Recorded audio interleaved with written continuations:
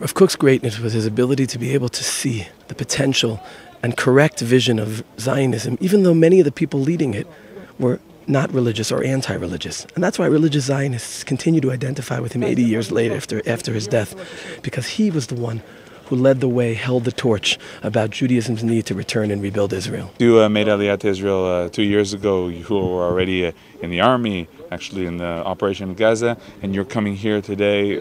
How does all this connect? Well, if you look at the history and you read the teachings of Rav Kook, you realize that he was speaking about the Geula before it even happened. And the only way to properly experience this, especially through being in the army, is you see what he was talking about and you realize what his ideals were and how they just all come together. So, some would say, okay, this guy, he was in the world of materialism, of security, safety, and now he's going into the world of Torah. But as we learned from Rav Kook, it all connects. Exactly. Everything is tied together. Anyone who thinks that, anyone thinks that everything comes from their own personal work, it's important that you feel that sense of accomplishment. We have to realize who gives us the ability and who puts everything into all the pieces to connect like a puzzle. So in your days in the operation, Protective Edge operation, you were down there in the south. You felt that was what part of your avodat Hashem, worshiping of God.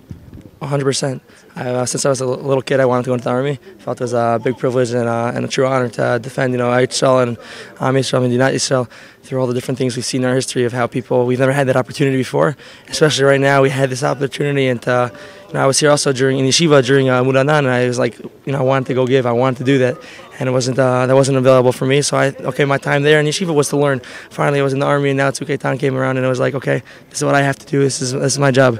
And today you're here with students of Yeshivat HaKotel, students coming from abroad. Boys who come from Chutz La'aretz are familiar with Judaism lived as an individual. They're not as familiar with the concept of Judaism in the connection to Am Yisrael and Eretz Yisrael. That's why it's really special that Gimel Elul, the Yahrzeit of Rav Kook, turns out at the beginning of their year here. And this is a golden opportunity for us to help them define their presence here. We walk from Yeshivat HaKotel up the stages of Har HaZeitim, Zechariah HaNavi, the beginning of the Churban, the Or HaChaim, the beginning of the return, Menachem Begin, who symbolized the struggle for the state of Israel, and now Chelkat HaNevi'im and Rav Kook, who was a Navi in the sense of his ability to see what wasn't there yet.